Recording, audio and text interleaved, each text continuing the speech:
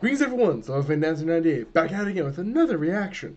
Hold on, is this... Okay. Yep, so we are looking at Jaden Animation's discussion about her obsession with Hatsune Miku. Now, I myself have only heard a few of her songs, but they're pretty fun songs, given, honestly, just giving an honest opinion, just as a dancer myself. It's a pretty good bop. I might have to put a few on my dancing list here to show you guys how much I actually know about her. Anyway, we're going to get into it and see what her obsession with Hatsune Miku is, considering she says obsession instead of just being a fan. Music is a huge part of our society. It brings people together, lets you express yourself in new and creative ways. Marceline. I think she's a fan of Adventure Time. Can even help you get through tough times. Yeah. Personally, for me, I don't get it. I'm sorry. I've honestly never been a big music person. I know, throw me into a volcano. I would just rather watch YouTube videos. I don't know. I like the constant flashing colors and pictures, I think. Like, I don't hate music. For the most part, I could honestly listen to anything, but that's kind of it, you know? Nothing stands out to me, and I don't go out of my way to listen to it. If anyone out there is like me, you understand the pain of when a conversation starts turning towards the topic of music. You know exactly what's coming, and you're helpless to stop it. There's nothing you can do. It's already in motion. The person you're talking to opens their mouth and you wince as they say it. So what kind of music do you listen to? Oh, I don't really listen to music. Like, not at all. Nah, maybe like some video game music every once in a while, but that's kind of it. Damn. that's crazy. Yeah. And after that, conversational. Honestly, I don't see a problem with that. I mean, I might be a dancer, but there are times where you just don't feel like music. I mean, heck, even I, as a dancer, need those quiet moments to enjoy a good book or pop in a video game that's more about the adventure and story and the violence and, violence, as opposed to, say, constantly listening to a freaking rock and roll band in your head in the background all the time. I mean, there are times you just want a quiet moment to yourself. Case in point. Meditative silence. But yeah, I don't see a problem with that. I mean, heck, she doesn't listen to much music, then hey, I listen to all kinds of music. I mean, heck, I'm a fan of hip-hop, not hip-hop, but pop music, techno music. Really, those are my two big ones, I think. I mean, I, of course, listen to all kinds of other ones, like a couple... Get out of here, ads. Anyway, but, I listen to all kinds of other things, just like a couple hip-hop songs do stand out to me. I don't mind the odd country song here or there, especially if it's techno country. Those are actually pretty fun. A couple Christian songs, the usual stuff. You're just having fun with it, especially some Bollywood songs. Those are fun. K-pop, Latin jazz, all kinds of stuff. Just having fun with it, I mean, heck, she has her taste. She doesn't listen to much music. I respect it. Stumbling, the person starts talking about the music they like, and you have to stand there and take it. Oh, that sounds cool. I should give it a listen. You're just lying through your teeth, not being convinced in the slightest, and will immediately forget every piece of information they tried to feed you. Even if I wanted to look it up later, my brain goes, get this out of here immediately. We've got to make room for the 4-hour-long video essay about Freddy Fazbear. Basically, I don't connect to music the way the majority of people do, and no one, including me, is happy about it. Look, I've tried to contribute in my own way, but no one else listens to the Mario Kart Cheeseland theme in their free time. It's good. No one believes me. Now, on a completely unrelated... I mean, she's not wrong. I mean, it does have its moments, honestly. I can admit, video game music in certain aspects do have good moments, especially Zelda and Mario. Those are pretty fun. Note, a while ago I wanted to get into a hobby that was fun and active at the same time, because I do not move if not incentivized to, and that's not good. I'd like to still be fully functional at the age of 30, so after a bit of soul searching and digging around in the old ideas jar, I decided to try out DDR. I got a dance pad, downloaded some fun video game songs and anime intros to Dance Dance Revolution 2, and I got really into it. It was the most active I've been since high school. I was doing cardio for hours on end. Who am I? After playing Actually, that's pretty fair. I mean, in high school, I was a DDR addict, honestly. I'd pop it in on my Wii, my PlayStation 2, my GameCube. Weren't that many GameCube songs, but hey, at least you could have some fun. But the thing is, I actually lost 20 pounds over the course of a summer for doing an hour and a half every day of DDR. Minus Sundays. Those are my days to let my legs go, finally, reprieve, and then back to Monday. My batch of custom songs for a few months, I decided to download some more stuff. And that's when I casually thought to myself, I wonder if there's any good Vocaloid charts. Now, to start a completely new tangent again, Vocaloid is a voice synthesizer program, yada yada yada. Basically, it's robot voices you can control to write songs, and there's different characters based on what voice you use. The most common example, you know her, you love her, is Hatsune Miku. Yep, strap in folks, we're finally talking about Hatsune Miku, my beloved. My history with Hatsune Miku is a bit all over the place. I first got really into her in high school. I don't remember exactly how, but I probably just stumbled onto some of her popular songs while browsing YouTube one day. Either way, I was obsessed, and that was the first instance of me actually listening to music, which, as you know, was groundbreaking. I loved Hatsune Miku so much that in my senior year of English class, the teacher told us to write a PowerPoint presentation about anything we wanted. Most kids talked about like ending racism or recycling or something like that.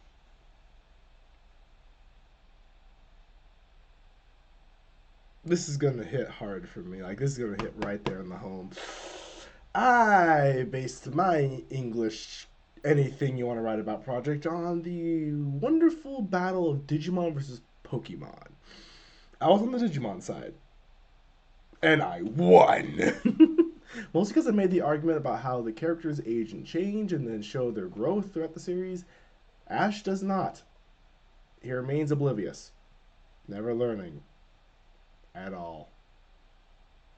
Anyway. But I decided my presentation was gonna be about our girl, Hatsune Miku. You know, just as morally important as ending racism and preventing global warming. Of course, I disguised it as a presentation about our hologram concert's gonna be the future of live music, but it was really just an excuse to gush about Miku because I desperately needed that outlet. I was a lonely child. Honestly, I'm not even sure how I mustered up the courage to do that presentation in the first place, because as the shy art girl who never talked to or hung out with anyone, it was a bold choice for me to talk about something considered so strange and nerdy at the time. I started my presentation and immediately was like, oh my god, what the hell am I doing talking about a holographic Japanese pop icon in front of my normie-ass classmates? I regret every moment I didn't stop myself from getting right here. After playing Miku's viral World Is Mine performance for the class, one of the popular girls was like, that was cool, can we watch another? And I thought she was making fun of me, so I just sat back down. As much as I loved Miku back then, my anxiety got the better of me, and I slowly drifted away from her because I didn't want to feel like a social outcast. It's a dog-eat-dog world when you're a teenager, and you know it. We were all just trying to survive out.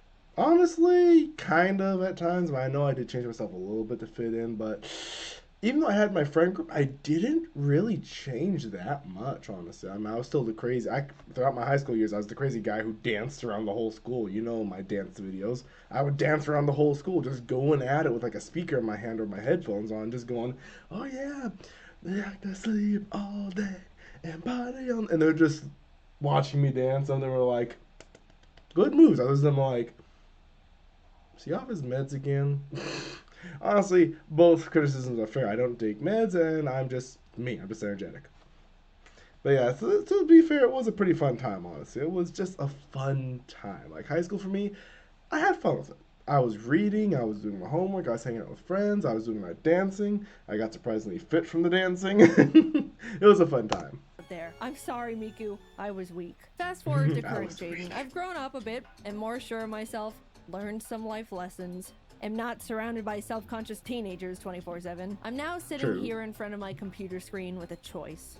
Should I choose to yet again repress myself from pursuing a niche and uncommon interest because of self-conscious fears? Or am I gonna choose self-healing and growth and allow myself to fully re-explore the world of a Japanese virtual pop star to play DDR2? Crank up that Miku. Crank up that Miku. While they're doing the, what music was that? I think it was from Coliseum or XD. It was one of the Pokemon GameCube games. It was pretty fun. I just recognized that. It was like, Pokemon GameCube. songs I listened to years ago, found some new ones. I was exploring and already getting more and more into the music I chose to leave behind out of fear years ago. I was flourishing, and that's how it began. I didn't know it back then, but this was the first step of a hyper-fixation like no other I've experienced. Hatsune Miku was showing me the ways You mean besides Chikawa?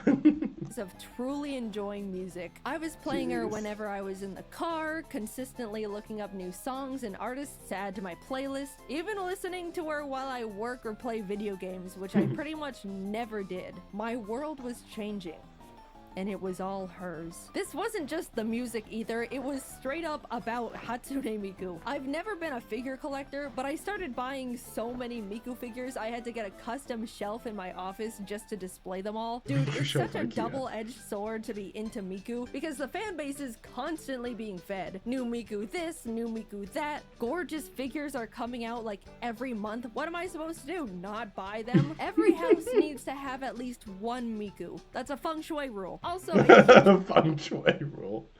Oversight on my part. When I got my Miku shelf installed, I wanted it above my computer. It turned out great and displays them really well, but when I'm actually sitting at my desk and want to look up and admire my figures, all I see is accidental upskirt shots, and I feel so bad. I'm sorry, Miku, I'm not trying to disrespect you, I promise. It was a miscalculation on my part, so whenever I'm at my desk, I just don't look up. As most of you probably know, Pokemon invited Jacob and me to Japan to attend the Pokemon World Championships back in August. That was super fun, and the video of that trip should be up by now if I'd planned things correctly. If not, then oops. But Worlds also just— Wait, what was that little Easter egg? The game Nintendo wants you to freak you out. Jeez. By now if I'd planned things correctly. DDR game. If not, then oops. But Worlds also just so happened to overlap with Magical Mirai, also known as one of the biggest Hatsune Miku expos and concerts ever. We had to go. Since getting super into Miku, it became one of my biggest dreams to see her live in concert. Who knows if we'd ever get this perfect of an opportunity again? What if she invites me backstage and we became friends? I immediately tried to get tickets but couldn't figure out how the Japanese ticket system worked, so Emily ended up having to help me out. She was also the one who told me about the concert in the first place, so thank you, Emily, my hero, savior. We got tickets, savior. But not actually, because if you don't know, the way Japan does most of their online ticket systems is through a gacha. Yeah, random lottery. No matter how much money I was willing to hypothetically spend to get these tickets, at the end of the day, we were all just like those little numbered balls in that bingo spinner thing. Months pass as I eagerly await our fate. Then the email pops up in my inbox. I click it, scanning it way too quickly to understand any of the contents until my eyes catch it. Successfully obtained tickets. We're gonna see Miku! Suddenly, like, oh, jeez, that was just like the SpongeBob meme. The thing about Mermaid Man and Barnacle Boy. Mermaid Man and Barnacle Boy must have autograph. That was perfect. Tickets. We're gonna see Miku! Color again. This is what living feels like. Air tasted more pure. The sun was smiling, beaming even. I smiled back for the first time. Something smelled like toast. You have no idea how excited I was. I don't even understand why I love Hatsune Miku as much as I do, but she has become one of the pillars of my being. Let's jump to the day of the concert. Jacob and I are in Japan and are just about to arrive at the convention center. I remember looking out the window of the taxi, getting so excited to see people wearing their Miku shirts and kimonos, and they had Miku bags. I felt like I was finally around my people. We get there, walk into the convention center, and a blast of Hatsune Miku hits us. Giant Miku statues and posters, booths stocked with Miku merchandise, almost everyone dressed head to toe in Miku clothes. I saw people with Hatsune Miku suitcases to hold all the Miku things they were buying. I immediately wanted to run around and look at everything all at once. There were multiple times where Jacob lost me because because I just started walking off in different directions like a Miku moth. We spent a few hours looking around and buying things.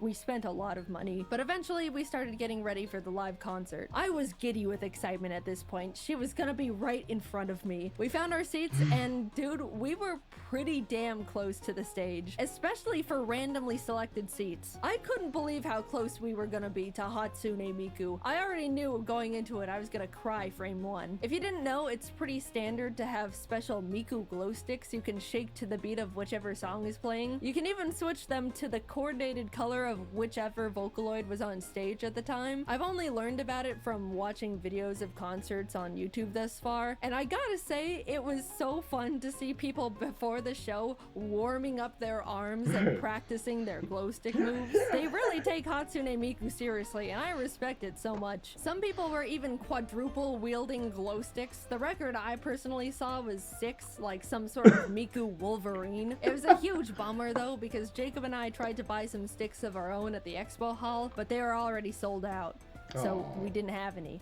And it was kind of embarrassing. Soon enough, the Miku songs the venue was playing started getting louder, and the house lights dimmed, and man, seeing the lights turn down and the teal glow of all the sticks emanating together to light up the room, honestly, it made me tear up. I don't even think I realized how much I loved Hatsune Miku until that moment, being completely surrounded by people who love her just as much and more than I do. This is what it's like to be into music, isn't it? To experience these moments being completely engulfed in all connected by a single art. I get it now.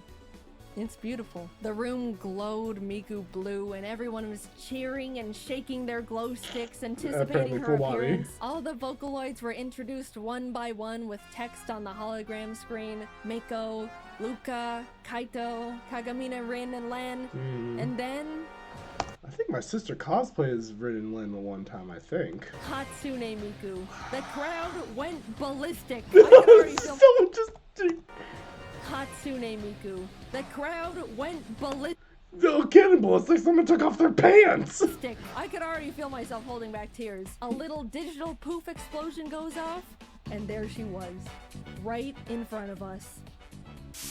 She started singing, and Jacob and I were cheering and bouncing with the rest of the crowd. By the time she got a couple songs in, Jacob and I were definitely feeling left out for not having the glow sticks to shake, so we pulled out our Miku plushes to use in place of them, and that felt much better. By the end of the concert, Jacob was even dual-wielding Mikus. After a few songs, Miku disappeared, and the other Vocaloids played some of their songs. I honestly don't know them as well, so I wasn't too familiar with most of the songs they all played, but I was having a great time nonetheless. It was nice to not be fighting tears the whole time anymore as well. Then Miku came back and the concert continued on, and we learned some real nice glow stick moves, replaced with our Miku plushes, of course. There's the classic arm cheer on beat, the on beat off beat, the building cheer on to beat, even throw in the advanced building cheer on to double beat with a height. I'll say it, doing all those glow stick movements was honestly a really crazy arm workout. Like, we were working biceps and shoulders for 2 hours straight. Imagine Beat Saber, but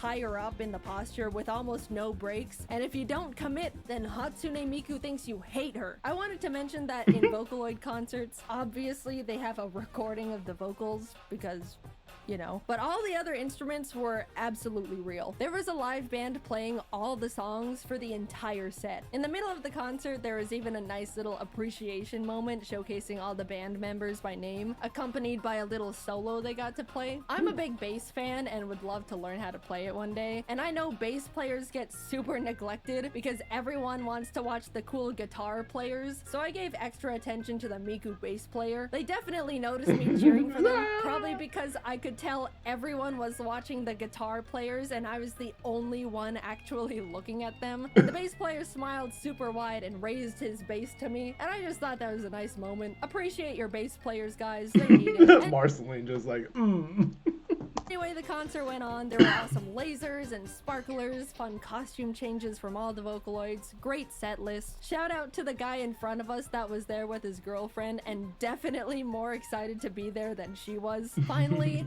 it came to the encore. We had to convince Miku to play one more song. You know how, at least in America, people are cheering and screaming for an encore? Well, Japan is like so quiet and polite. They were saying it like a suggestion. It was so quiet. Kind of just a long session of applause with a whisper of Miku. Miku. Like, if I were Hatsune Miku, I would have questioned if they even wanted the encore in the first place. Also, we were asking for the encore for like 5 minutes straight. I was fully convinced she had left the building. But she came out for her last song. It was a blast. She was in her magical Mirai outfit for the year. Hey. And it was over.